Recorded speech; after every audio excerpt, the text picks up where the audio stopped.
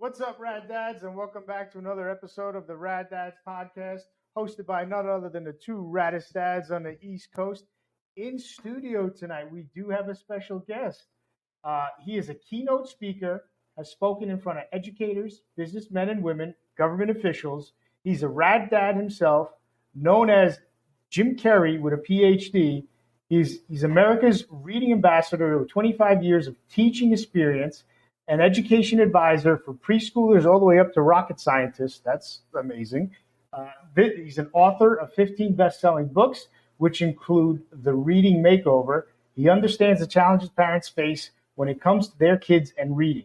His goal is to transform your child from being a reluctant or struggling reader to a passionate and more proficient reader. Please help me welcome Dr. Danny Bassell. Dr. Danny Bassell, welcome to the show. Thanks so much, Sal and Rob, for having me, and thanks for being Rad Dads. I used to have a nonprofit called Real Dads Read, and I used to always emphasize to the dads, I'm like, hey, you know why your kids like football so much? Because that's the only time you spend with them. If you spent your time reading with them, your kids would want to be readers. So I love what you're doing because whether we know it or not, the kids are paying attention to us all the time. Yes, they are like sponges. Especially when you happen to curse and you don't think that they're around and they're standing right behind you. No, they're the worst when when somebody cuts you off on the freeway and you let fly something that you shouldn't out of your mouth. All of a sudden you hear it repeated 20 times in the back seat. So I learned if you don't react, they only say it maybe once or twice. Yeah. But if you react, it's the never ending. Good tip. So let's get right into this. So very interested understanding how you're able to transform children from being reluctant readers to passionate and more proficient readers. Well, Rob, I think schools do an all right job of teaching kids how to read. But the question I always ask people is, what good is it teaching kids how to read if they never want to read? I teach kids why to read because I've never had to tell a kid, go watch TV. I've never had to tell a kid, go play a video game. And I never want to have to tell a kid, go read something. I want them to choose to do it on their own. And there's some simple tricks of the trade that I've learned over my years of teaching that get kids excited about reading. Here's a quick tip for all the parents listening right now, and especially the dads out there. I often work with a lot of parents in under-resourced areas. And parents will say, oh, I have nothing to read at home. I'm like, oh, but you do. President Bush, 30 years ago, signed a very important law in this country. It says every television set in America has to have closed captioning. So the first tip I always give parents is turn the closed captioning on the TV. And people will say, well, wait a second, if the show's in English and the subtitles are in English, what good does that do? I'm like, well, that's a fair point. But let me make a point.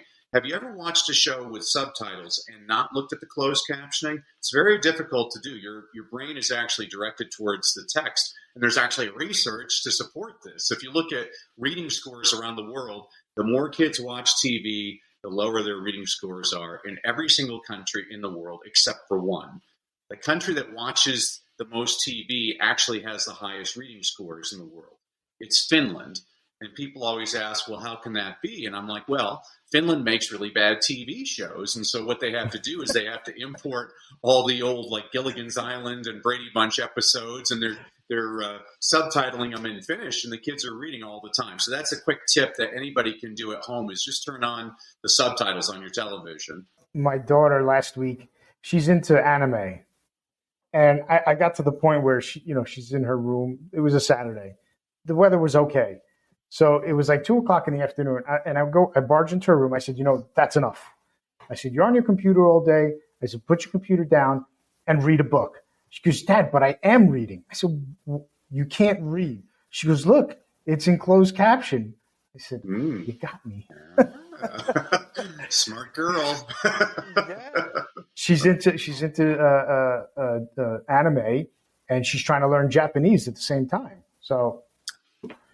What's the deal with that, Rob? I mean, my two daughters, they're learning Japanese too. It's the manga trend and the anime and Studio Ghibli. They just love these things, and I think it's great. I mean, my kids can read in Japanese. They don't read in English, but they can read in Japanese. So Danny, how many kids do you have, and what are their ages? So I'm now old at this point. Chop off my head and count the rings. I've been around for a while. I have my oldest daughter, Kate, is 19. My son, Sean, is 17. And my youngest daughter, Samantha, is 14. And so one of the tips I always give to dads is it's a great way to bond with your different kids is I have different books that I use with every kid. So my oldest daughter, she's into Game of Thrones, and so we're reading Game of Thrones by George R. Martin. It's not exactly something I would give to a little kid. It can get kind of graphic, but, to each his own. My son loves anything to do with wars, and so we're actually reading a biography right now about this World War I and World War II British general, Sir Adrian de Carton-Wiart. He's like missing an eye, missing an arm. He's like been wounded 13 times. He's like a total stud. It's a really cool story. And then for my youngest daughter, for some reason, she's into literature. I don't know why. We just finished The Great Gatsby, which is one of my least favorite books. I hate that book, but at least I can appreciate the writing. Now we're reading Oliver Twist by Charles Dickens, which is one of the most difficult books I've ever read aloud. I mean, I read Charles Dickens and I realize, man, we're all illiterate nowadays. This book was written for kids, and I'm looking up half the words in the dictionary that he's using. And then just if you want to, we're talking dads to score some points with your wife. My wife is into the Outlander series by Diana Gabaldon, and so we read the Outlander books. And then there's this wonderful series of books called The Unselected Journals of Emma M. Lyon that we're reading together. So it's just a great way to just have individual bonding experience with each kid in your house. I envy that. I have a stack of books on my nightstand, and I haven't finished one. I get maybe 5 to 7 chapters in, and then it takes me a while to read those 5 to 7 chapters. It just, I guess I pick a bad time to start reading. Well, there's nothing wrong with that, Sal. Actually, this is something I always tell people. If you have that 800-page book on your nightside, your bedside table that you started reading 3 years ago, I can do something for you because I'm a PhD. I absolve you of that book. Thank you. Get another one. Think of reading like eating a piece of food. If you take a bite and you're like, ugh, this is nasty. Well, maybe it gets better. Oh, no, it's nasty. I mean, if you don't like the first couple of chapters, you're probably not going to like the next chapter. So people think that they have to finish what they start. I'm like, that's stupid. If you don't like it, put it. There was over 4 million books written in English alone last year. Some of them are pretty good. Don't waste your time on the lame ones. And here's something that's really important for all the dads out there listening.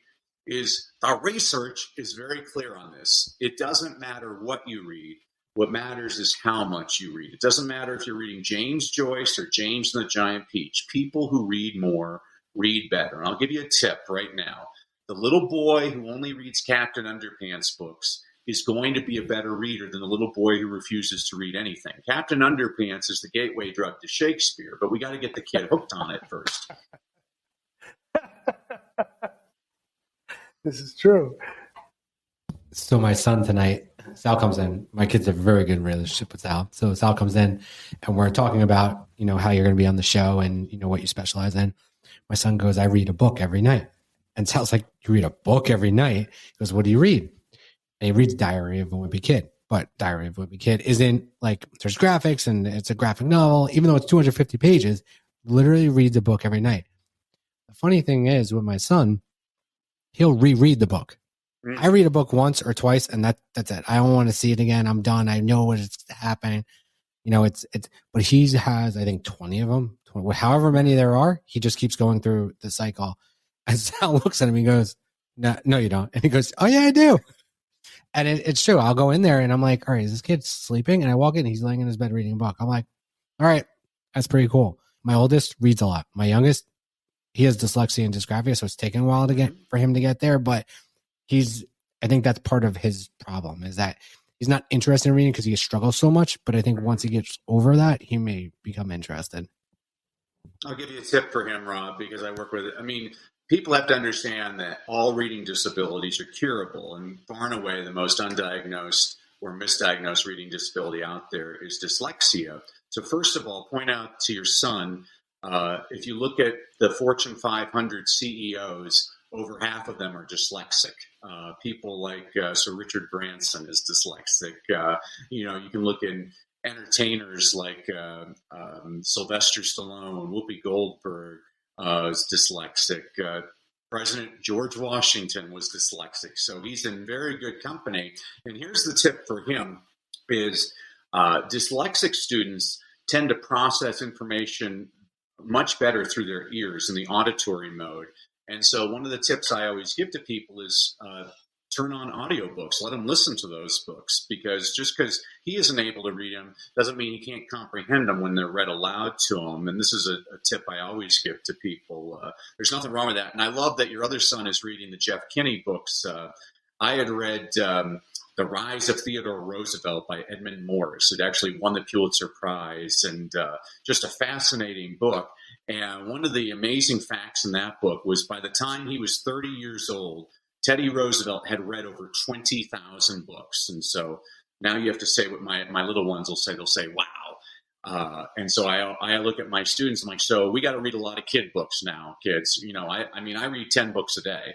Many of them are scratch and sniff and pop up, but I do read 10 books a day. So tell your son that the Diary of the Wimpy Kid books, by the way, I've met Jeff Kinney. He's a hoot. And then one, I don't remember which one it is, but there's a great Diary of the Wimpy Kid where Greg Heffley's mother decides she's going to have a mother-son book club for the neighborhood. And so she invites all the boys to come and bring a book. And so the mother, she's brought her books to their first meeting. And the books that she has brought are Sarah Plain and Tall, Little House on the Prairie, Little Women, Anne of Green Gables. And the boys, the books that they have brought are Monster Trucks, How to Cheat at Video Games, The Book of Bodily Functions. And I'm like, that's it. Everybody's a little bit different. And the research is very clear on this. 4 out of 5 struggling and reluctant readers are boys, so Sal, you got it easy. You got all daughters. Rob's the one with the tougher job. It's usually the boys that have the tougher problems. And I think a lot of that, this is just a theory, but when I taught little kids, I've taught all ages, and my passion is with the real little ones. 96% of kindergarten through second grade teachers are female. And then the 4% of the guys that teach the little ones, everybody just assumes we're either pedophiles or homosexual, and neither of those things. But what's interesting is I watch the types of books that a lot of the female teachers read to their class, and it's the books that they enjoy, which are like bunny rabbit books, and they're just sweet books. And like boys, I was with a third grade boy.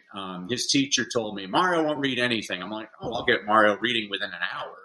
I was wrong. It actually only took me 20 minutes. And the book I handed Mario, he liked it so much, he memorized the first chapter by the next week. The book I handed Mario was called Just Disgusting by Andy Griffiths, not the Sheriff of Mayberry. This is an Australian author. He's the guy that wrote The Day My Butt Went Psycho. And the first chapter in Just Disgusting are the 101 most disgusting things. I don't remember all of them, but I can remember some of them. So it's like number 12, dog poop. Number 13, stepping in dog poop.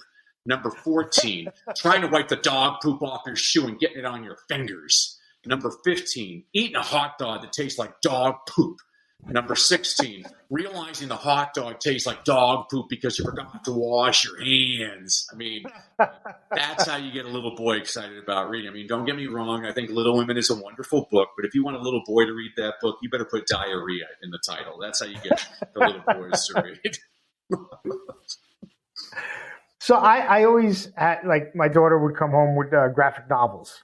And to me, yes, it's reading, but it's mostly graphics. So I thought it was almost a disservice because it was mostly graphics. So out of a 200-page book, how many pages of words are there? Not that many. But I guess to your point, at the end of the day, they're still reading, whether it's dog poop or graphic novels. They're still or closed caption on a TV. They're still reading. The mind is still working. Well, and you should look into that, Sal. I mean, there was actually a lot of research studies done in the 60s when the Fantastic Four comic books came out.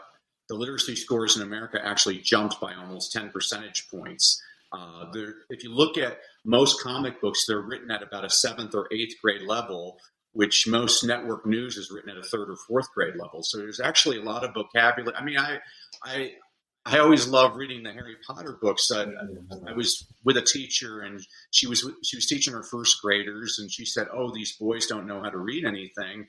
And I said, "This boy, he doesn't know how to read the word read or from, but he can read Voldemort.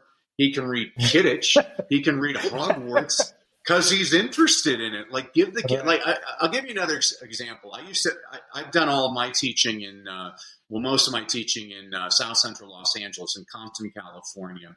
And when I was teaching 2nd grade, I had a little boy, Kiara, and Kiara's 1st grade teacher told me, "Kiara don't know nothing." I'm like, "Well, thank you for that." Well, Kiara, who don't know nothing, comes into my classroom one day, and he's like, "Hey, Mr. Bassell, you see Barkley last night? He had 18 points, 16 boards." I'm like, "Thank you, Kiara," because from that day forward, I'd sit Kiara on my lap every day after lunch, and we'd read the LA Times sports page together. And guess what?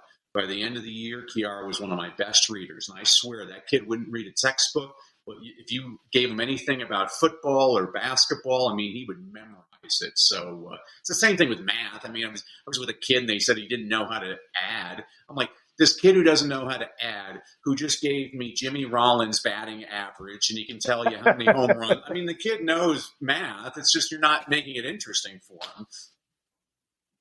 So the key ingredient there is finding what they're interested in. Absolutely. I used to work at I volunteered at a juvenile detention facility for teenage girls. And they said, "Oh, there's no way you're going to get these girls reading." It took me a week. I found, if you ever read Us Magazine, in the back of Us Magazine, there's this section called The Fashion Police. And it's all these stand-up comedians ripping apart celebrities dressed in outfits. And these girls couldn't get enough of it. They're like, "Oh, look at her. And they were just going crazy. I mean, I've used I work with middle schoolers, and they're like, "Oh, this kid can't read anything." I'm like, are you kidding me? This kid has memorized this entire hip-hop song.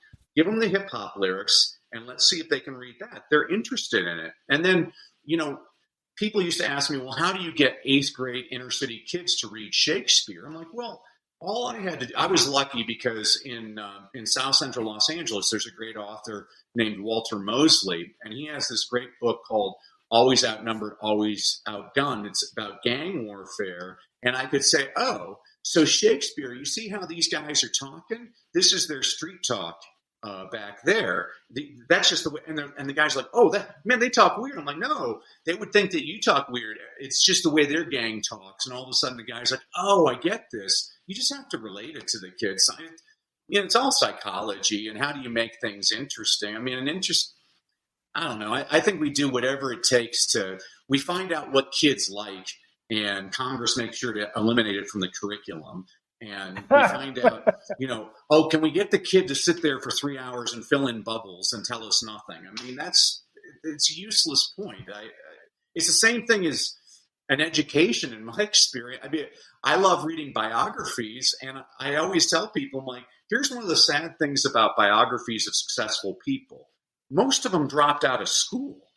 What's going on in school? I mean, that freaks me out. I'm like, what are we doing? Like, how many people are we losing because we didn't make education great for them? And that's why I support whatever works for this kid. And what works for this kid, I mean, you both are dads. You both have multiple kids. Bill Cosby said, unless you have more than one kid, you're not really a parent, because you know who did it. You have to have multiple kids because, my 3 kids, they're all brought up under the same house, and they're all completely different.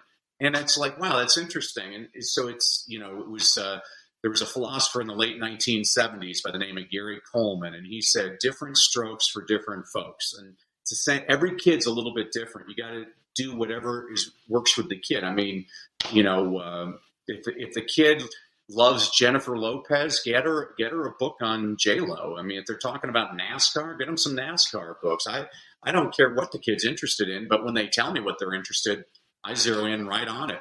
that light bulb never went off that my daughter was so interested in these graphic comics. I thought it was just a disservice that she's just reading graphic comics and there was nothing there. But thank you.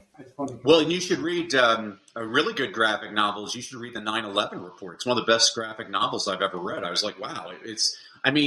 I'm a lazy reader. This is just a little tip for you guys as dads. Before I go to parties, I either stop by the library or the Barnes and Noble, and I go to the children's section, and I'll read about 6 or 7 picture biographies of famous people. And so then at the party, I sound really intelligent. I know all this stuff about. I'm not that smart, so I read picture books all the time.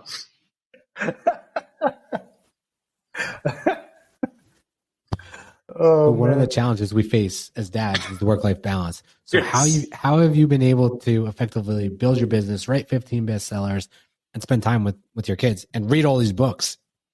Well, it's all about priorities. And how you for me, it's all about habit formation. And so there's simple tips that I train parents to do with your kids. So for example, I have a feeling television is here to stay, and I don't believe in discarding technology. I try and figure out how to make technology work for me. And so the rule in my house, ever since the kids were born, is the kids can turn on the TV, but the price of admission is a book. And so when the kids were little, they would bring me a picture book, and we would read the picture book, and then they could turn on the TV. Now my kids are all teenagers, and so they'll usually like bring me their iPad, and there's like some story on Facebook or something, and we'll read that. And that's what we do. So that was a habit. There's a great website, storylineonline.net. It's free of charge from the Screen Actors Guild.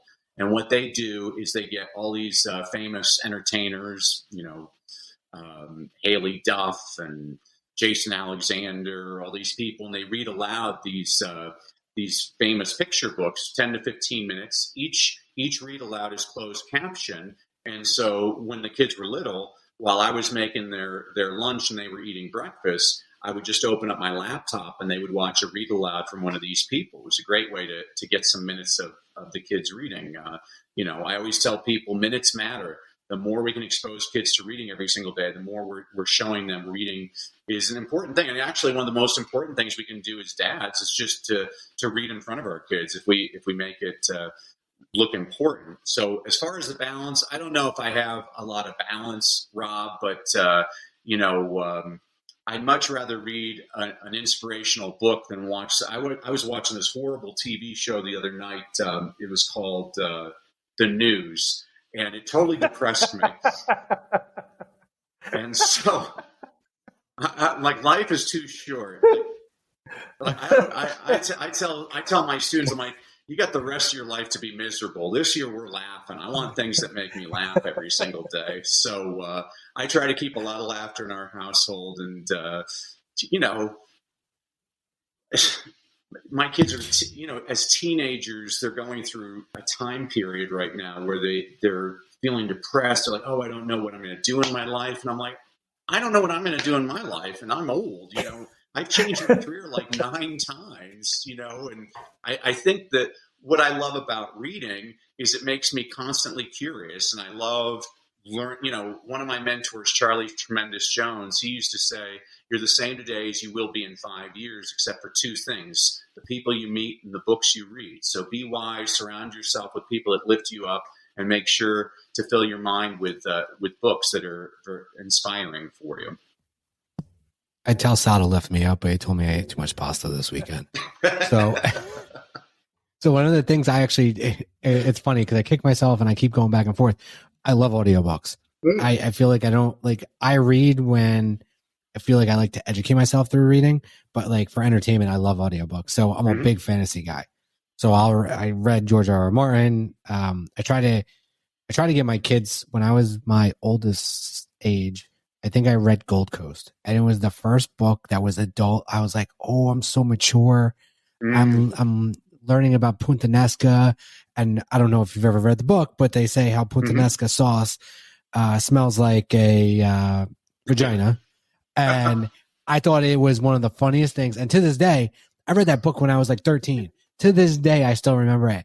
But it was the thing that kind of opened my eyes to reading, and I love it. And I even tell my kids, I'm like, you will be able to be a little bit more mature through reading. You can go a little bit further. You can't watch our movies, but you can read our books. That's fine. Mm-hmm.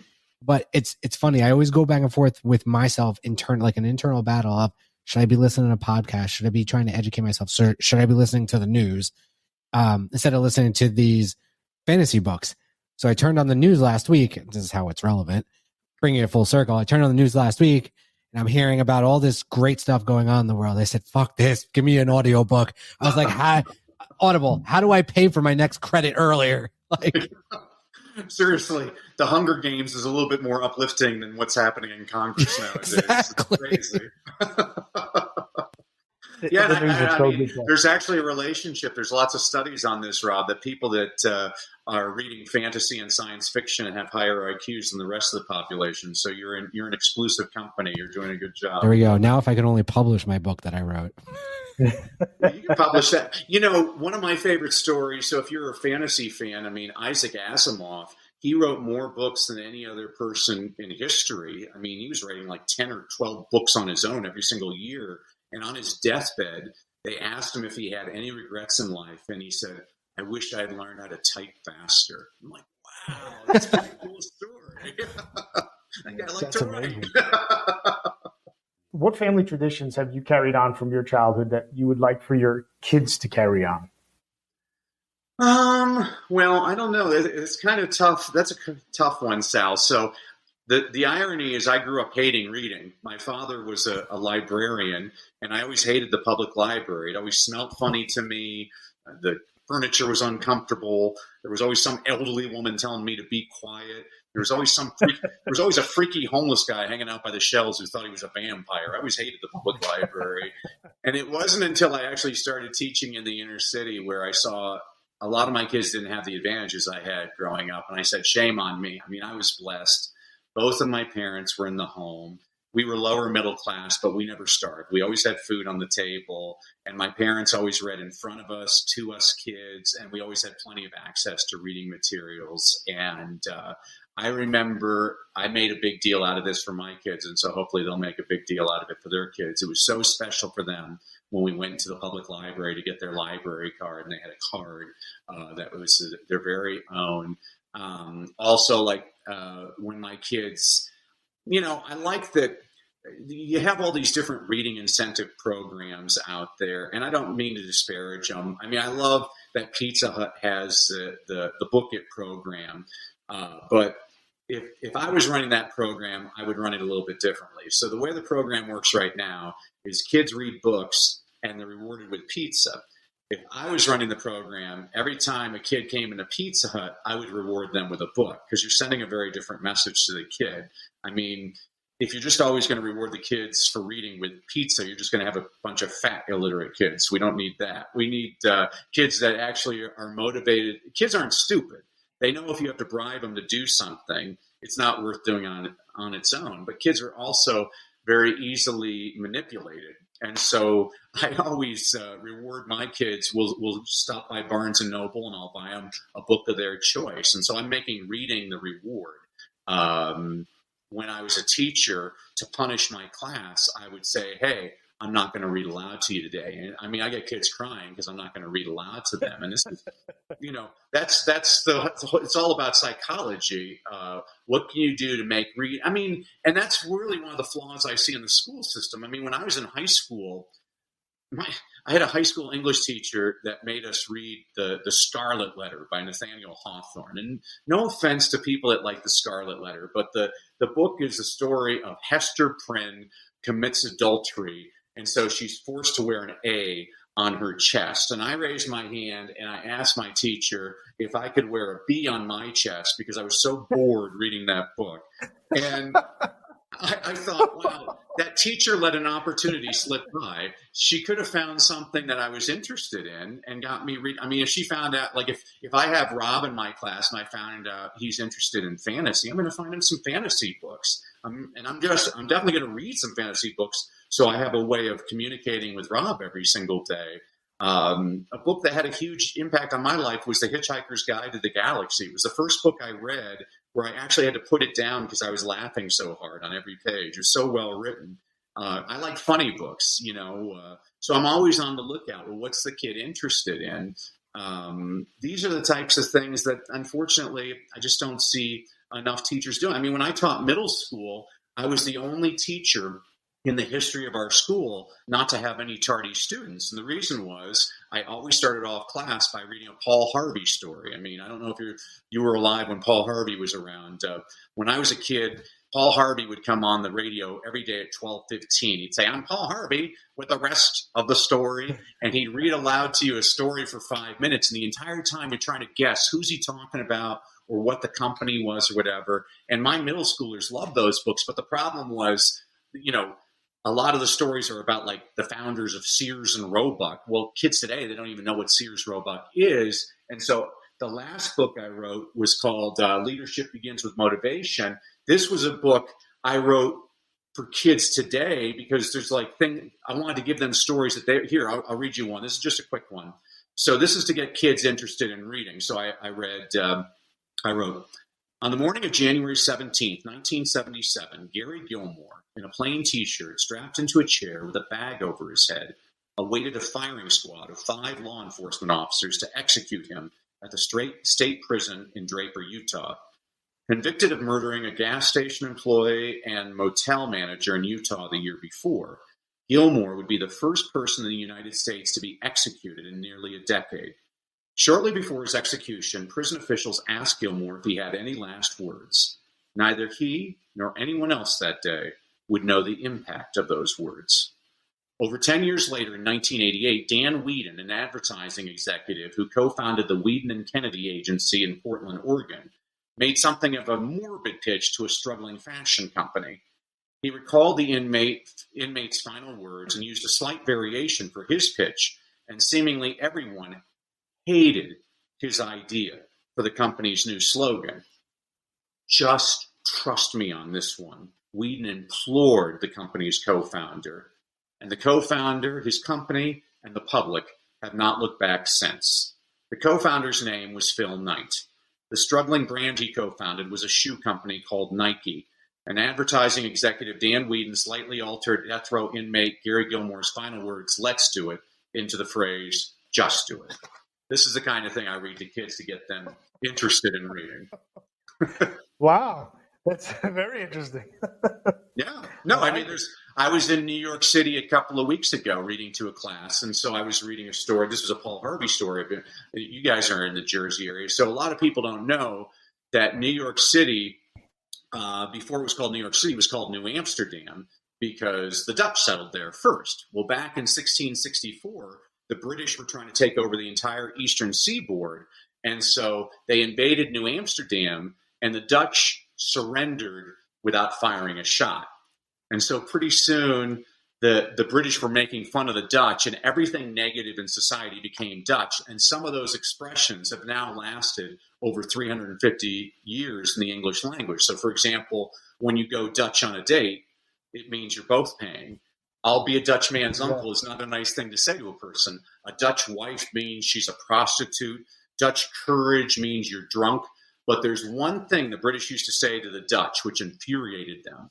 You know how every ethnic group has a type of food we like to associate with that ethnic group? Well, the Dutch, they really like cheese. And so the British started going around calling the Dutch John Cheese.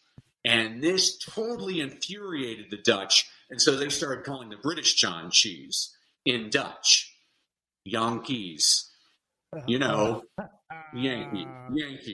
And that is the rest of the story. That's how you get kids excited about reading. That's what reading should do. It should make you excited. Like, oh, how's that possible? I love learning things like that. That's great. That is, I never knew that. But yeah, that you put that spin on it, and of course they're going to enjoy it. There's your Cliff Clavin fact now. You can share with your friends at the bar. So, yeah, they know me. So, you touched on this before. This is part of one of the questions. How does one become a better reader in 67 steps? Yeah, so you gave us a few tips. Yeah, that's a good question, Sal. So the reason I created my program actually was I was forced to because during the pandemic, all of my speaking dried up overnight, and I had to come up with a new way to earn income. Sure. And people have been asking me to create recorded trainings for parents on how to help their kids to become better readers. And so The program's called thereadinghabit.com. And so the two numbers I want parents to focus on are 67 and 20. So first off, the number 67. A lot of people say it takes 21 days to change a habit. To those people, I say, show me the research on that. It's a completely fabricated number. I actually know exactly where the number comes from. It comes from a wonderful book written in 1960 by Dr. Maxwell Maltz. Dr. Maltz was a plastic surgeon, and in the preface of his book, he noted that it took most of his patients about 21 days to get used to their new face. Well, a lot of self-help gurus, a lot of people I respect, by the way, started telling people it takes 21 days to change a habit, and it's completely fabricated. There's no research on that. So in 2009, the University of London did a habit formation study, and they found it took 18 to 254 days to change a habit, and the average was 66 days. Well, I don't like the number 66, so I threw in an extra day, 67 days. And it depends on the type of habit you're trying to change. So, for example, if you want to drink a glass of water before breakfast every morning, it might take 18 days to form a habit doing that. But if you want to quit smoking, that's going to take 254 days to change that habit. And here's why this is important. Let's say you go on a diet and you follow it religiously for 21 days, but then on day 22, you fall off the wagon. Well, you blame yourself, and that's wrong because research shows on average it takes at least 3 times longer to change your habits. So the first number is 67, just over 2 months. Now, the other number is 20. A lot of research has been done comparing successful students around the world, trying to figure out common characteristics, and they stumbled upon one which blew them away. It was the number of minutes spent reading outside of school. They looked at the low kids, the average kids, and the high kids. So the low kids in the class, the 20th percentile, your F students, your bottom feeders, they average less than a minute a day reading outside of school. That didn't surprise anybody. That's why the kids are probably at the bottom of the class. But this did surprise the researchers. The kids in the middle of the class, the 70th percentile, C students, average students, their average is 9.6 minutes a day reading outside of school. So if I'm doing a live training with a bunch of parents, this is when the room gets really quiet and the first hand raises and the parent's like, wait a second, are you saying if I can get my kid to read 10 minutes a day at home, I can take him from an F to a C? That's exactly what I'm saying. There is a lot of research to support this, but this really startled the researchers. The kids near the top of the class, the 90th percentile, your A- students, some of your best students, do they spend 3 hours a day reading outside of school? No. Do they spend an hour a day reading outside of school? No. The average was just over 20 minutes a day. 20 minutes a day. That's my goal for this program is I'm going to show parents how to find those 20 minutes every single day. And here are 2 things that are amazing that you'll both like. First of all, the minutes don't have to be consecutive. So you can do 3 minutes here, 5 minutes there, a minute there, whatever. And second of all, and this is particularly important for your younger son, Rob, it's just as good to be read aloud to as it is to read on your own. I'm one of these dorks that reads government studies. I've actually read every government reading study of the last 100 years, why Johnny can't read, a nation at risk, becoming a nation of readers, the National Reading Panel, the science of reading. All of these documents are always 2,000 pages, and it's always interesting. On about page 100, there's a simple paragraph that says, the research seems to suggest the single best way to improve your reading is to be read aloud to. And then they never mention it again because it sounds way too easy.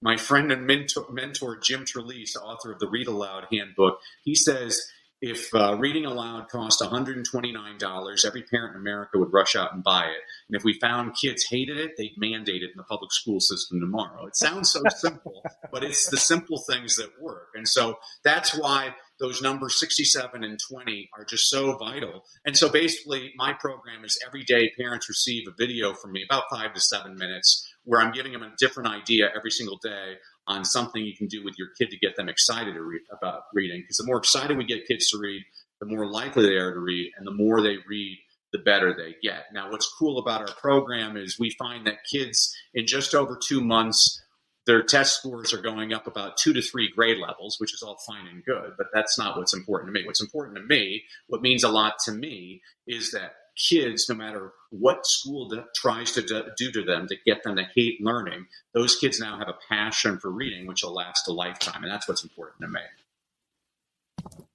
100% agree. Like I said, I started reading at 13, heard about Puntanesca, and haven't put a book down since. It's awesome. Can you tell? I know we got to wrap up shortly, but can you tell our listeners where they can find you, your books, and where they can learn more about you? Well, as a thank you to both you, Rob, and Sal, for listening to my long answers to your short questions, and to your listeners, I want to give everybody a couple of freebies. So if you go to freegiftfromdanny.com, again, freegiftfromdanny.com, I'm going to provide 2 freebies to everybody. First of all, everybody will receive a complimentary e-copy of my book, Read, Lead, and Succeed. This is a book I wrote for an elementary school principal who was trying to keep his faculty and staff positively engaged. So I said, okay, I'll write you a book. So every week I give you a concept, an inspirational quote, an inspirational story, a book recommendation on a book you should read, but you're probably too lazy. So I also give a children's picture book recommendation that demonstrates the same concept. You can read that in 5 minutes. You know, there's nothing better, more heartening to me than seeing CEOs starting off corporate board meetings reading Dr. Seuss to their panel. I love it. And then secondly, last summer, I did a 5-day reading challenge online for about 700 parents around the world, where every day for an hour, I provide all kinds of those tips to get your kid excited about reading, you know, and we have demonstrated that in just over 2 months, we'll get your kid to read more, read better, and most importantly, to love reading. And the thing that I love that both of you are doing is you're really emphasizing on the dads, because, you know, one of the statistics that drives me crazy is colleges. They're looking at college success rates, and so people don't know what these are. This is interesting. They actually use these in universities, and so the number one indicator of if you're going to graduate college is usually parental income. Number 2 is the number of books in the home. And number 3 is the highest level of education of mom, which always ticks me off because that means dad's not doing a dang thing. And so I really want to thank you, Rob and Sal, because there's guys out there, I know that they want to help their kids and they don't really know exactly what they can do. And we're guys never ask for help. And so I love that you're providing this service for dads. Kudos to both of you.